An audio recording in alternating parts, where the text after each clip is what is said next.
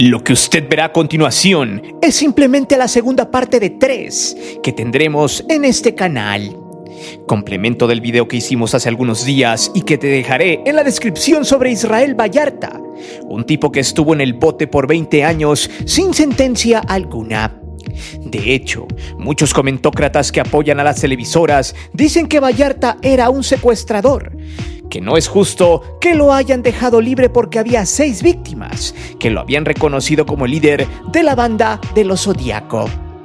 Sin embargo, lo que no te cuentan es que los testimonios que declararon en su contra habían sido inducidos por la extinta Fiscalía General de la República de Vicente Fox y Felipe Calderón a que declararan en su contra bajo tortura.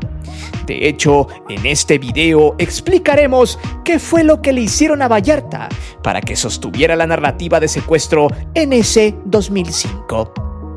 Una situación muy rancia, repugnante y vil, pero muy constante para una época muy oscura en México, donde el gobierno de ese momento, con ayuda de las televisoras Televisa y TV Azteca, estaban probando la forma de convencer a las audiencias y con historias creadas, ficticias, mediáticas, con realidades alteradas, para que los mexicanos siguieran engatusados con montajes y situaciones torcidas para beneficio de su propio negocio, y de esconder no solo la corrupción, sino también la violencia que en ese momento imperaba por todo México. De hecho, las declaraciones ya en libertad de Israel Vallarta explican perfectamente cómo durante 20 años ningún gobierno de 2005 a 2024 ni ninguna fiscalía pudieron comprobarle nada en su contra. ¿Por qué? Simplemente porque al final el teatro se les terminó por caer en televisión nacional. Pero luego enfriaron el asunto, dejaron a Israel y a Florence en el bote hasta que se les hincharan los huevos y al menos la francesa, gracias a que su país pujó por su libertad, salió en 2013. Y al que le tocó bailar con la más fea fue a Vallarta, quien vivió media vida en la cárcel por un delito que no cometió. Hoy, algunos personajes opositores como Xóchitl Gálvez han aprovechado este caso para que liberen a su hermana, una secuestradora confesa, con víctimas que la reconocieron y la denunciaron. Hoy, ese pequeño séquito de personajes que ya perdieron privilegios, se molestan y abogan a que si liberaron a un secuestrador como Vallarta, exigen que también se libere a otra, donde según ellos incriminaron de manera injusta, tergiversando así la realidad, la cual solo es creíble para la gente ignorante que sigue creyendo cuentos chinos de televisoras y de personajes desgastados en pleno siglo XXI. Prepárate, porque el caso de Israel Vallarta tiene mucha porquería, misma que mostraremos en este video, y el por qué tenían que mantenerlo preso a pesar de que todas las pruebas en su contra estuvieran torcidas, mostrando cómo antes se gobernaba y cómo se manipulaba al Poder Judicial para montar shows mediáticos y favorecer en rating a Televisa y a TV Azteca, pero sobre todo también a empresarios que tenían contratos sin licitar con los gobiernos del PAN. Es por eso que hoy te presento el infierno de Israel Vallarta y la fábrica de delincuentes de Televisa y TV Azteca. Antes de seguir con el video, suscríbete para más contenido potente como este. Checa los pasos como lo ves en pantalla y también activa la campana de notificaciones para que recibas todo nuestro material y los juegos de fútbol en vivo. Te divertirás, te lo aseguro.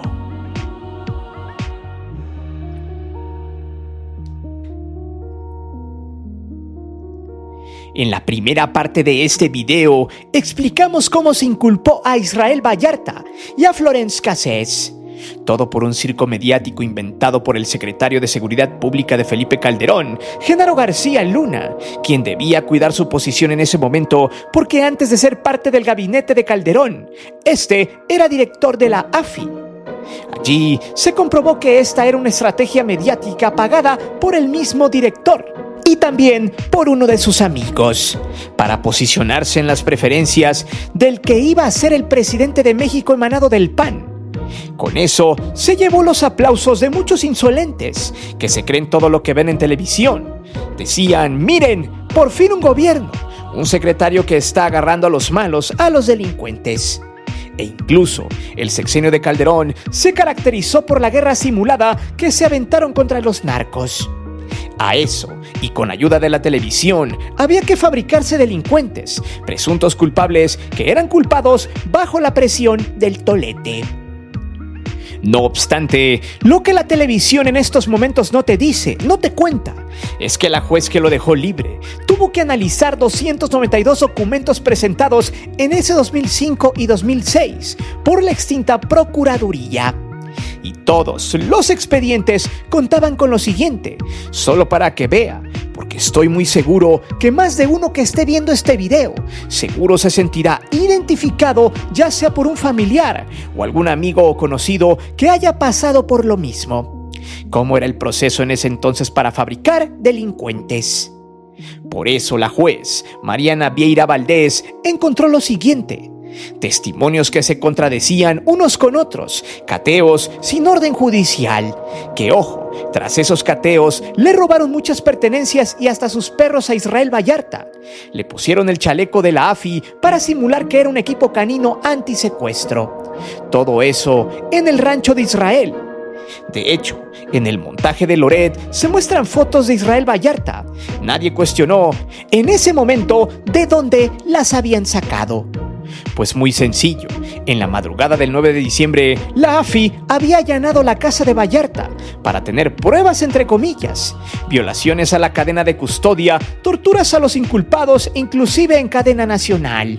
Recordando cómo Cárdenas Palomino lo estaba madreando frente a la cámara, personaje que saldrá más adelante previo a lo que todos vieron en el montaje de Loret de Mola. También, la jueza halló la tardanza injustificada en la puesta de disposición de un juez de los detenidos y violaciones graves al debido proceso, y que todos los reconocimientos de Israel Vallarta en el proceso penal que lo mantuvo preso por casi 20 años se realizaron sin la asistencia de su abogado defensor o persona de confianza. Incluso lo tenía prohibido. La pregunta es, ¿por qué? No había fundamentos, pero así se manejaban las fiscalías en ese momento, pues tenían todo el permiso del Poder Judicial, con personas que fungían como chivos expiatorios o como fábricas de delincuentes, como en este caso, para tener un momento mediático y ser validados por la gente que se tragaba todo lo que decían las televisoras. Así fue como llegó el infierno de Vallarta, ya en el penal del Altiplano. Tuvo que reconstruirse y aguantar mucha vara, pues este personaje ingresó a los 35 años de edad a la cárcel y salió de 55, casi media vida perdida. Tiempo que no se recuperará jamás. Por eso en el bote vivió muchas cosas que pocos pueden contar. Sin embargo, también pocos conocen la causa del por qué lo metieron a la cárcel, pues su caso sirvió para matar 2 pájaros de un tiro: la venganza de un amigo de un funcionario público muy poderoso del gobierno panista de Vicente Fox, y un montaje para apoyar los ratings y a los funcionarios públicos corruptos. Pero eso lo veremos a continuación.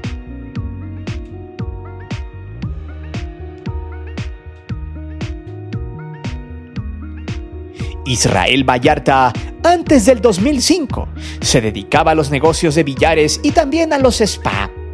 Uno lo había montado en Guadalajara.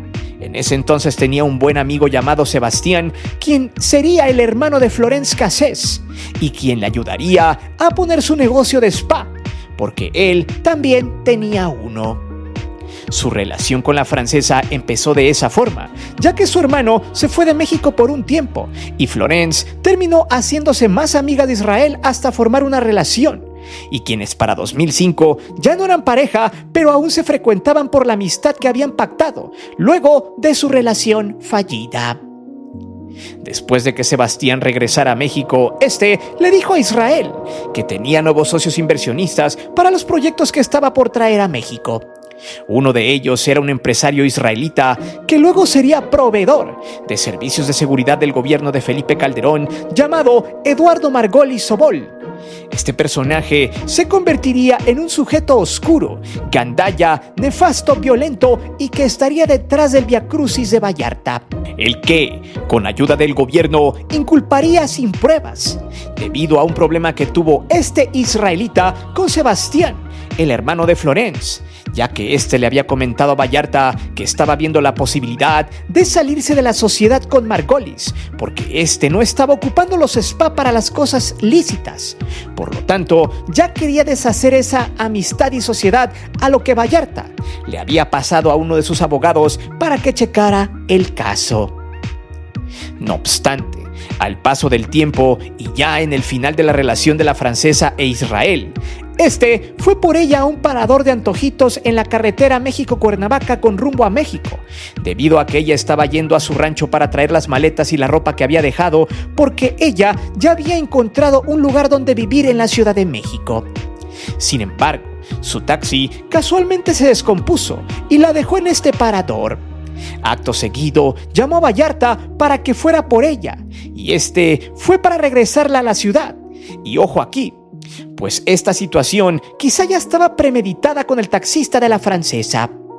Entonces, antes de que Vallarta llegara por ella, a eso de las 9:30, un sujeto con gabardina negra y guantes se le acercó a la francesa para preguntarle si ya se iba a ir de ese lugar. Ella se sacó de pedo y cuando llegó Vallarta le comentó ese hecho. Esa acción puede marcarnos un rumbo, pues ¿quién apareció con gabardina y guantes negros en el montaje de Loret? Exacto, Cárdenas Palomino. No obstante, en ese momento, ellos pasaron desapercibidos cuando ya en la carretera se encontraron con una pipa de gas estacionada en su carril y luego, al querer rebasarla, vieron como un Golf blanco los rebasaba a ellos y luego frenaba para que estos le pegaran por la inercia y de pronto vieran llegar como 6 y 8 vehículos, incluidas una Suburban, todos con vidrios polarizados. Estos terminarían por apañarlos por detrás. Asimismo, ya detenidos en la autopista, se bajaron varios hombres vestidos de negro, todos con armas largas. Sin identificarse, le dijeron lo siguiente a Vallarta: disculpe, somos de la AFI, estamos en una campaña de despistolización. ¿Usted porta armas? A lo que Vallarta les dijo que no, abrió la puerta y dejó que los revisaran. Sin embargo, solo fue el gancho para maquinar el oscuro plan que se venía procedente de una venganza de Margolis, quien en ese momento era uno de los proveedores, ojo, proveedores sin licitar algún contrato, del gobierno de Vicente Fox. Este sujeto le dotaba de vehículos y camionetas blindadas a la AFI y a la Secretaría de Seguridad, pues en ese entonces ese era el negocio redondo de Margolis, y dentro del gobierno de Fox y después en el de Calderón estaba bien parado. Cuando Vallarta comentó cómo estuvieron los hechos en esa mañana del 8 de diciembre del 2005, dijo lo siguiente: me revisan el carro, revisan a Florence, no encuentran nada y luego se relajan. Después me dicen: señor, para que usted continúe su camino tranquilo, ¿me permite una identificación? Quizás su INE o su licencia. Y yo les entrego las dos. Y luego le llaman por radio haciendo alusión de que era positivo. O sea, yo era el que buscaban y luego el tipo que estaba a mi lado me pone una chamarra en la cabeza y me suben a macanazos a la camioneta. Desde ese momento se empezaría a cocinar uno de los montajes más infames en la historia contemporánea de México, todo apoyada desde el poder del gobierno panista de Fox y luego del de Calderón, con el peso mediático de las televisoras como Televisa con Carlos Loret de Mola y en TV Azteca con el noticiero Hechos. Pero, ¿sabe qué es lo más repugnante de todo?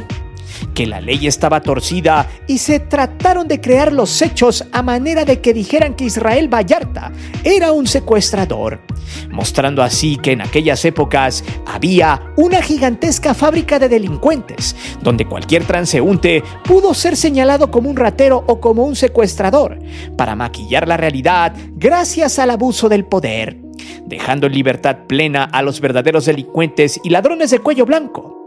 Y ojo, el relato que siga a continuación le causará mucha repugnancia. Por cierto, si te gusta esta historia, suscríbete, es totalmente gratis.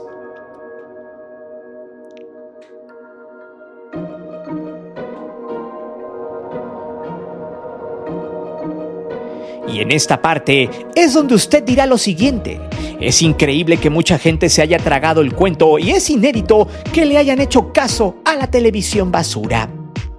Cuando agarraron a la pareja, los agentes de la AFI procedieron a separarlos y llevaron a Vallarta a las oficinas de la extinta Siedo. Y allí, después de darle con todo, le abrieron la puerta de la camioneta a un calvo, que supuestamente era hermano de una disque víctima secuestrada de Vallarta.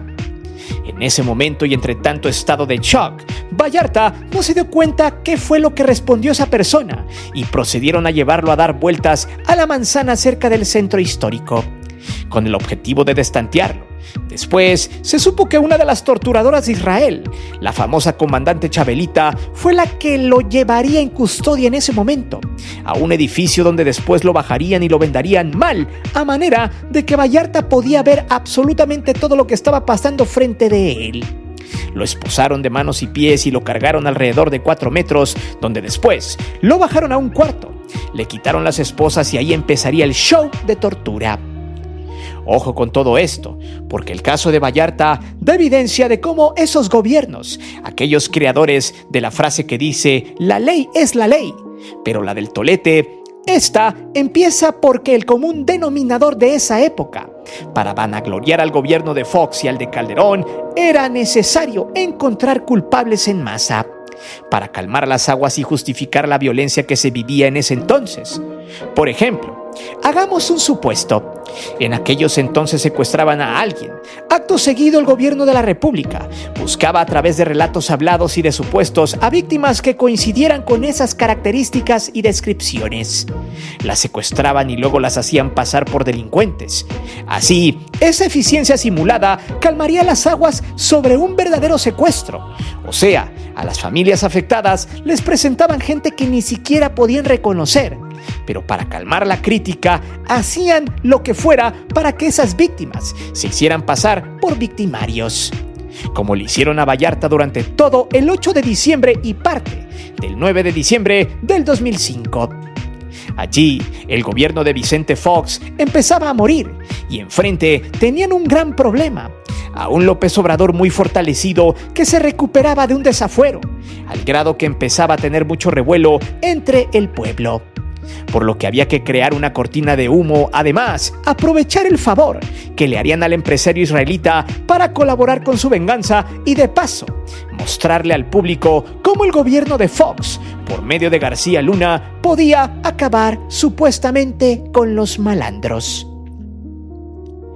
Cuando están en la sala de la machaca, la AFI de García Luna pretendía romper a Israel. Tuvieron el tiempo suficiente para aplastarle la dignidad.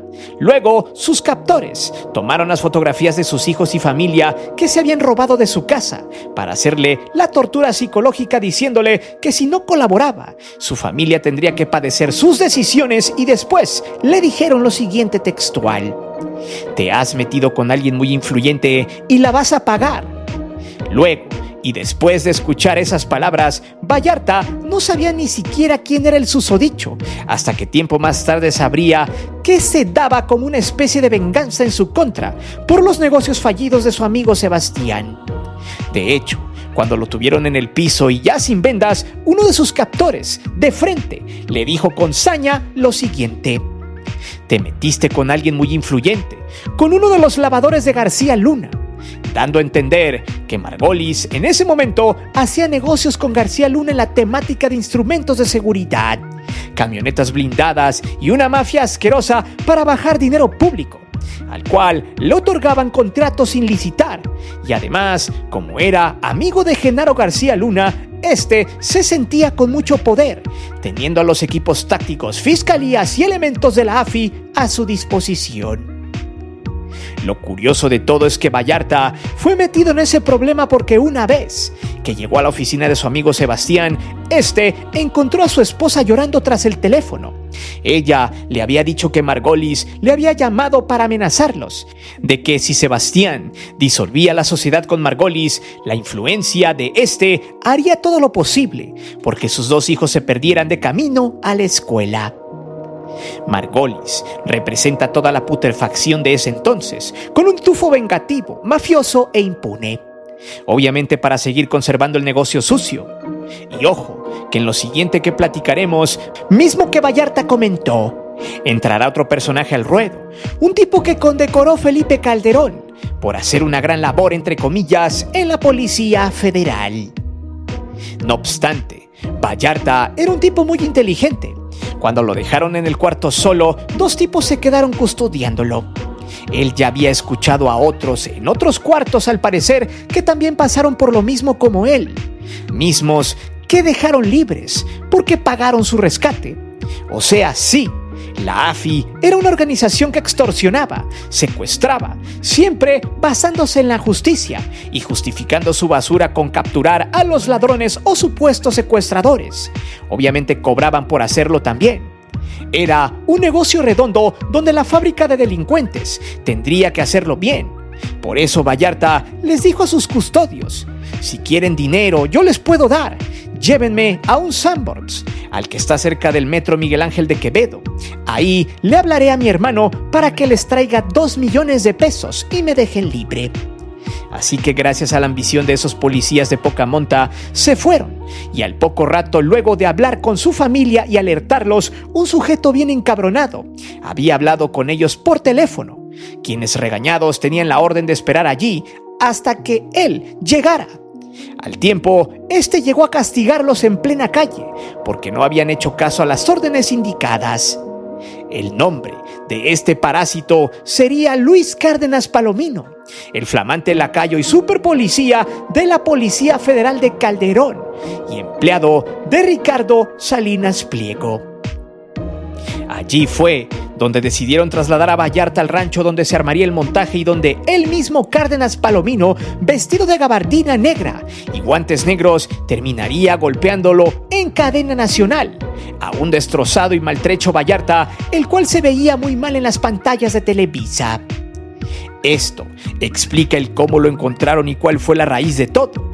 Antes de que las cámaras de Televisa, con la retórica simulada de Loret de Mola, le empezaran a contar a millones de mexicanos la supuesta captura de una banda de secuestradores ficticios para crear el camino necesario para que Felipe Calderón llegara a la presidencia de la República y además lavarle la carita al nido de corruptos, que era no solo la extinta Procuraduría, sino la Secretaría de Seguridad Pública, la AFI, Televisa, TV Azteca, muchos medios de comunicación y desinformación, pero sobre todo se mostraba cómo los empresarios de ese entonces tenían un exceso de poder casi ilimitado, como el que ejercía Eduardo Margolis, amigo de Genaro García Luna. Por cierto, al llegar al rancho Las Chinitas, alrededor de las 0 horas, 1 de la madrugada, Israel Vallarta comentó lo siguiente: llegando a la calle del rancho, veo una antena de retransmisión satelital de Televisa. Esta declaración suma más porquería alrededor del montaje de García Luna y Loret de Mola, el cual estuvo orquestado con mucha probabilidad desde el 8 de diciembre de ese año, y que aquel aviso que le dieron a las 5 de la mañana el 9 a Loret también fue una simulación. Cosa que desde muchas horas atrás ya sabía qué reportaje era el que iba a presentar en esa tétrica mañana del 9 de diciembre del 2005.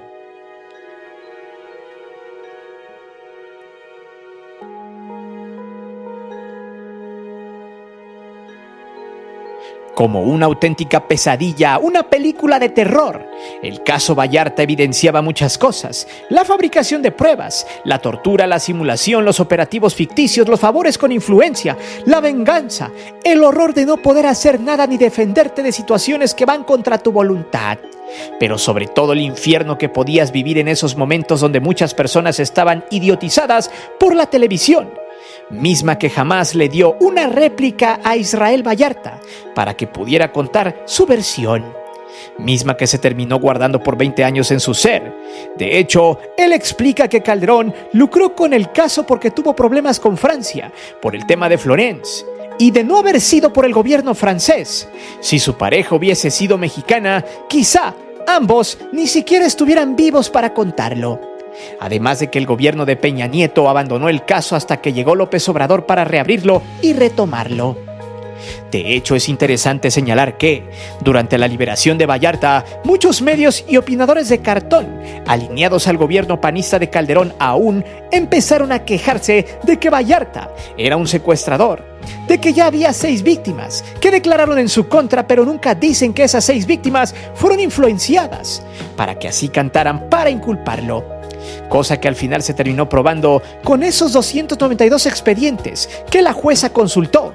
Por cierto, esa jueza ya tiene 16 años en funciones y en la pasada elección judicial se sometió a votación.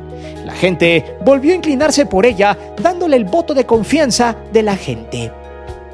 De hecho, lo más infame de todo es que, por ejemplo, especímenes como Ciro Gómez Leiva han salido a cuadro durante varios días culpando a la jueza y mintiendo en las audiencias, diciéndoles que el gobierno de Claudia Sheinbaum había mandado a la jueza para sacar a Israel y convertirlo en una cortina de humo. Un argumento demasiado estúpido, ya que el caso tiene más de un año que lo tomó la jueza y además, en 2023, AMLO pensó darle amnistía, cosa que la Suprema Corte de Justicia nunca discutió. Lo peor es que dentro de esas críticas, Ciro Gómez Leiva tenía a su lado a Xóchitl Gálvez, quien en esos días ha exigido que se libere a su hermana, a quien agarraron en flagrancia secuestrando a la gente. Sus dichos van desde "mi hermana es inocente" a "Vallarta es más secuestrador que mi hermana". Un circo completamente asqueroso que demuestra que gente como Ciro o Xóchitl han perdido muchos privilegios. Por eso, nunca hay que olvidar que en esos tiempos de Fox y Calderón, la impunidad tenía también un precio, así como la libertad. El negocio de la tortura física y psicológica, el show de televisión y los personajes que gracias a la fama y a leer noticias en un teleprompter serían fundamentales no solo para seguir ganando elecciones, sino también para mantener a las audiencias vendadas de los ojos.